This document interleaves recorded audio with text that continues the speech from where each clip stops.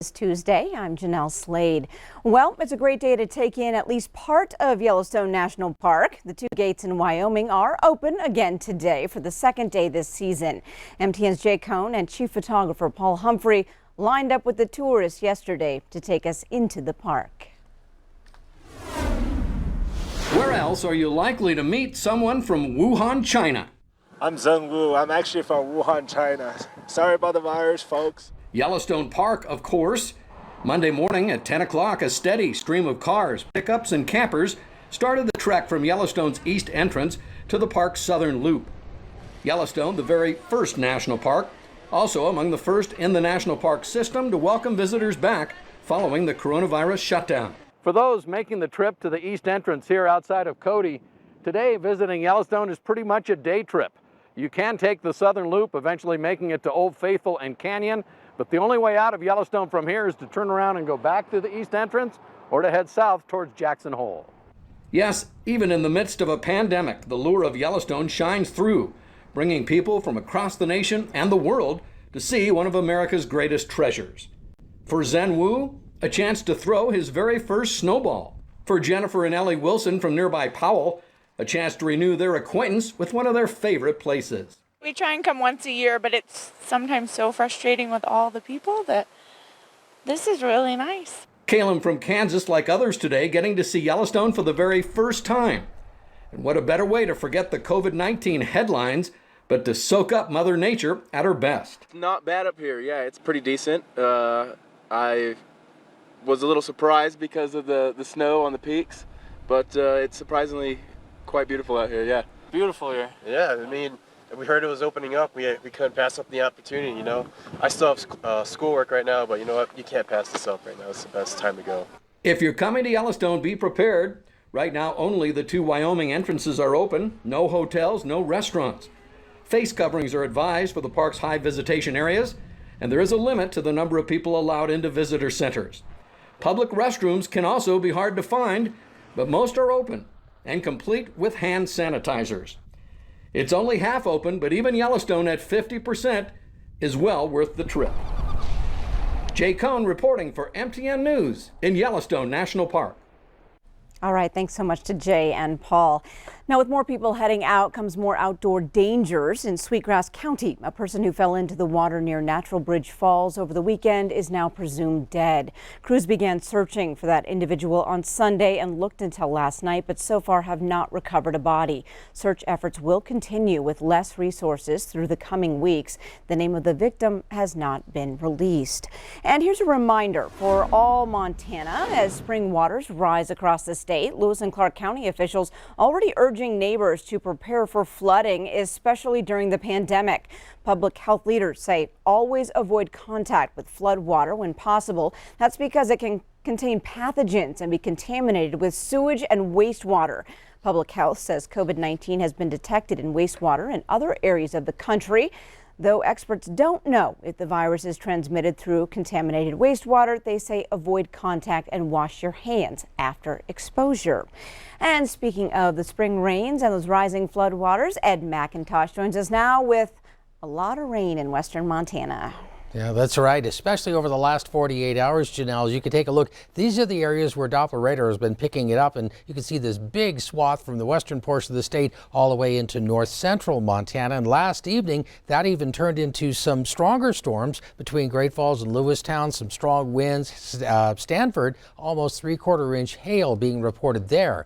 This afternoon, this evening, we're watching areas of central and western Montana for the possibility of strong severe storms, especially from Helen and northward. And tomorrow, the eastern plains are going to be setting up for the potential of strong to severe weather. We'll break down the forecast details coming up. All right, thanks, Ed. Well, Great Falls woman faces animal cruelty charges after fire on her property earlier this month. Pamela Jo Polayoski faces 1 felony aggravated animal cruelty charge and 4 misdemeanor counts of cruelty to animals. Court documents filed last Thursday say crews seized dozens of animals in various stages of abuse and neglect on May 6th. Polayoski claims to operate an animal rescue at that location called Hooves, Paws, and Claws. MTN News has learned the animals are being cared for at the Montana Expo Park in Great Falls. Well, the Bozeman City Commission met virtually last night, and one of the top topics, gender pay equity. The meeting began with a speech from the mayor with a proclamation recognizing Equal Pay Day on March 31st. The commission will then vote on Resolution 5169, which establishes requirements for the city's vendors and suppliers to adhere to specific gender pay equity practices. There are federal and state laws that do cover equal pay, and the city has already passed several resolutions related to non-discrimination. The resolution would also require contractors to say they have read the state of Montana's equal pay webpage and agree to the state's best practice guidelines. Well, the latest COVID-19 numbers here in Montana show one new positive case. That's in Yellowstone County. State health officials also say 3 more people have recovered from the virus in the last 24-hour reporting period. 18 people are currently infected with COVID-19 in the Treasure State, and the death count remains at 16. This afternoon at 3 o'clock, Governor Steve Bullock is set to hold a press conference with details about Phase 2 of Montana's reopening plan. We will bring you that coverage live across the state on all MTN stations. Now, with just 2 weeks until Montana's primary election date, the first big outside money spending is showing up in the race for governor. The Washington, D.C. based group Emily's List, which supports women candidates, has purchased nearly $700,000 in broadcast and digital ads to support Democrat Whitney Williams. Williams is competing against Lieutenant Governor Mike Cooney in the Democratic primary. Now, the ad, which started airing today in several urban markets, focuses on Williams' opposition to the proposed Black Butte copper mine north of White Sulphur Springs. Emily's List says its independent expenditure arm, Women Vote, has paid for the ads to run until the June 2nd election day. The primary election is an all-mail ballot, and more than 120,000 people have already sent in their ballots. Well, 3 Republicans are also running for Montana's open governor's seat. Well, as MTN reported just a couple weeks ago, the University of Montana administrators are now telling students to prepare for the return of face-to-face instruction this fall. Like colleges and universities across the country, the UM campus has been shut down since earlier this spring. Montana Commissioner of Higher Education Clayton Christian had already indicated a couple of weeks ago that the Montana University system would move in that direction. Yesterday, UM sent a similar email to students telling them they will be back on campus with safety measures in place. UM is reminding students if they haven't completed their fall registration, they should do so as soon as possible. Well, the drive-in movie at the Lewis and Clark County Fairgrounds was officially sold out before 11 a.m. on Sunday. The demand so high, it caused the online system to clog up and drastically slow down. Jumanji 2 and Goonies will play tomorrow night to the sold-out crowd of people in their cars. We have more ahead on your noon news. A trip to Missoula to meet a resident who has gone from daycare owner to mask maker. The time now is 12:08, but first, Ed McIntosh is in next with your statewide weather forecast.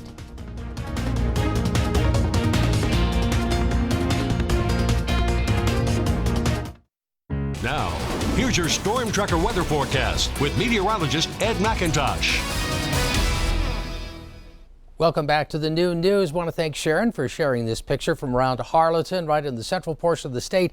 And the cirrocumulus clouds are an indication that later in the day, that area could be one of them that starts to be affected by some of the stronger storms that we're looking at across the region. This morning, we've had just an isolated area of showers into central and western Montana, while the eastern plains have really started to warm up. We're already at 78 degrees for you in Glasgow this hour, 77 in Jordan. Meantime, 50s, 60s as we start looking into southwest Montana, where the cloud cover has held back much of a start for you to warm up, with Helena only at 62 this hour. Great Falls, you're at 60 degrees in one of the cooler spots of the major reporting stations. So the southerly winds coming up, so the winds moving from south to north across the region are dragging some of that moisture across some of that warmer air in central and western Montana. Meantime, this big high pressure ridge, much as we talked about yesterday, still locked in place. This blocking system still firmly being held back by this low that's over towards Illinois. So that just allows the warmer, drier air across the eastern plains, while the moisture moisture stream comes up from areas into the Pacific Northwest and then streams over western and central Montana. So the area we talked about highlighted today from southwest Montana all the way into the north central portion of the state, more susceptible to strong to severe storms. Here we are by about 9 o'clock this evening. You look at the potential for some of those storms that could produce areas of gusty winds, damaging winds in some cases potentially, and also some larger hail wouldn't be out of the question, especially in the yellow highlighted area around Great Falls, Lewistown, over towards Helena. Now, as we take it into tomorrow, cooler air starts to win out. Today, we're still looking at highs in the 80s, possibly some 90s in eastern Montana, and certainly for northern Wyoming. And as that front pushes across the region, it will help to produce some of those storms by later in the day here as we start looking into eastern Montana. But you're not going to escape the showers into areas of the west. We'll continue to watch at least showers and isolated thunderstorms. In general, everybody's a little bit cooler on Thursday. Some general springtime rain showers, things that we could really still use. So today we're looking at temperatures 60s, 70s across central and western Montana with that bullseye for some of those stronger storms. And again, you can see them start to pop up as we get later in the day. Well, the eastern plains, it's all about how hot can we get by later in the day. Certainly 80s to low 90s. Keep in mind that the mid 60s is an average temperature for a daytime high this time of the year. 40s and 50s, even some low 60s overnight. That chance of showers and thunderstorms as far as the severe weather starts to ease up during the evening hours. Now watch tomorrow, still looking at some of those showers and thunderstorms cranking up here in western Montana, a little drier through the midsection of the state, but you can see this sharp contrast where the temperature will drop from the 80s to the 60s into the eastern plains, and then the threat of strong to severe storms just kind of winds up over here in south central Montana or southwest Montana. In the later afternoon. So areas of eastern Wyoming, the eastern plains of Montana could see some storms that could produce some larger hail and gusty winds. Western Montana continuing to look at a chance of showers, isolated thunderstorms. Today's the most active weather, and then more showers to follow. Great Falls and Helena, some potential for strong to severe storms over the next few days. Southwest corner of the state, you're looking at some cool temperatures by Thursday, but drying out. And the eastern plains heat up the next couple of days, but the threat of thunderstorms tomorrow. Here's a look at the weather. Back to you. All right, thanks, Ed. Now, throughout the pandemic, people have learned to adapt in incredible ways. That's certainly true for one Montana woman who's gone from running a home daycare to sewing and sending masks all across the country. MTN's Megan Mannering has her story.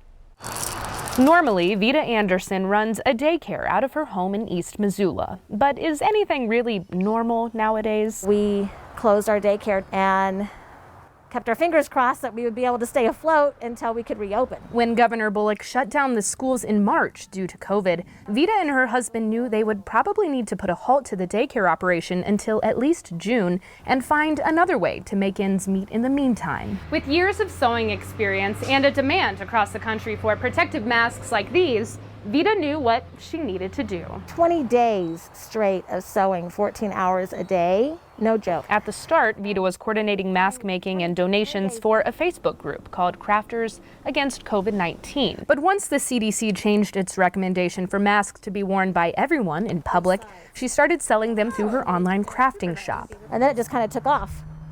Then we were so busy we couldn't sew fast enough. All of a sudden, requests were coming in from all over the country. So we've sent them a lot to New York, Brooklyn, the Bronx. We've sent them to Florida, Texas, Indiana, a lot to California, a lot to Seattle. And amid the chaos of what has now become a mass sewing operation, Vita has enlisted the help of her 2 teenagers and her husband, making this time even more memorable than it already is. I taught my husband how to cut the fabric, get them all prepped that way. I taught him how to serge, the first step, and then he has got carpal tunnel syndrome now from all the ironing. Mask by mask, Vita is determined to get her family through the pandemic. The masks definitely have been a blessing, and they have kept us from having to go into our savings and kept us afloat without having to worry. We went from being super worried to being super busy and no time to worry. In Missoula, Megan Mannering, MTN News. Great story. Thanks, Megan. Well, your latest ag news is next with Lane Nordland, so stay with us. Ranch Report from the Montana Ag Network. Welcome back for today's farm and ranch news. Tuesday morning, President Trump and Secretary of Agriculture Sonny Perdue announced details of the Coronavirus Food Assistance Program, which will provide up to $16 billion in direct payments to deliver relief to America's farmers and ranchers impacted by COVID-19. Sign up for the program will begin on May 26th. During the press conference, Trump was joined by the American Farm Bureau President Zippy Duval and National Cattlemen's Beef Association President Marty Smith. As part of this program today, we're announcing $16 billion direct payments to farmers and ranchers. So $16 billion is going directly to the farmers and ranchers. Farm groups appreciate the help, but also reminded the president they want fair markets. And you've made the comment, we're the only group that comes to the White House without our hand. We don't come with our hands out. That's true. We want that level playing field. We want that trade. We want to be able to make our money from the markets. But we appreciate, when we're going through difficult times, that you stand behind us. Specifically for Montana, livestock is eligible for aid, including cattle, lambs, yearlings, and hogs. The total payment will be calculated using the sum of the producer's number of livestock sold between January 15th and April 15th, 2020, multiplied by the payment rates per head and the highest inventory number of livestock between April 16th and May 14th, 2020, multiplied by the payment rate per head. Non-specialty crops from Montana eligible for aid include malting barley, canola, corn, durum wheat, and hard red spring wheat, among other crops. Wool is also eligible. Producers will be paid based on inventory subject to price risk between January 15th and will be based on 50% of a producer's 2019 total production or 2019 inventory as of January 15th, whichever is smaller, multiplied by the commodity's applicable payment rates. Dairy and other specialty crops will also be included. There is a payment limitation of $250,000 per person or entity for all commodities combined. Producers can apply for assistance starting on May 26th. Producers of all eligible commodities will apply through their local FSA office. To ensure the availability of funding throughout the application period, producers will receive 80% of their maximum total payment upon approval of the application. Contact Farm Service Agency for more. We'll be right back.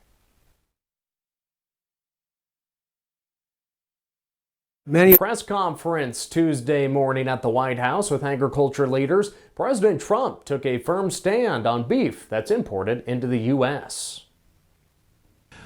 I read yesterday where we take some cattle in from other countries because we have trade deals. I think you should look at terminating those deals. All right? We have trade deals where we actually take in cattle, and we have a lot of cattle in this country. And I think you should look at the possibility of terminating those trade deals. President Trump did clarify that his request of terminating beef imports into the U.S. may be determined on the relationship the U.S. has with its trading partners. Old trade deals that were made a long time ago, why are we bringing in cattle from other countries when we have so much ourselves? Now, in some cases, I thought your answer was very good. They've been great allies. They've been working with us for many years. Sometimes we needed the cattle, and sometimes we don't. It's a farming business. But I would say, generally speaking, unless this is a country that really has been with us, we shouldn't be taking their cattle. You know that, okay? And that's the way we're going to handle it. Now, we will continue to track this developing story here on the Montana Ag Network. That's all for today. All right, thanks so much, Lane. And now one last look at weather with Ed McIntosh. We're really going to be watching areas of southwest and north central Montana, anything in the shaded regions, but particularly those areas from Helena, Great Falls, Lewistown northward in the yellow shaded regions for the potential of strong to severe storms. Not the entire area is going to be hit with storms today, but certainly some potential for storms that could produce damaging winds and hail. We're going to stay a little soggy in western Montana over the course of the next few days. Great Falls, Helena, better chance of stronger storms for today. Butte, maybe a strong storm in your area, but the heat is on across the eastern plains. Could be close to 90 around Glendive. Have a great, safe day, everyone.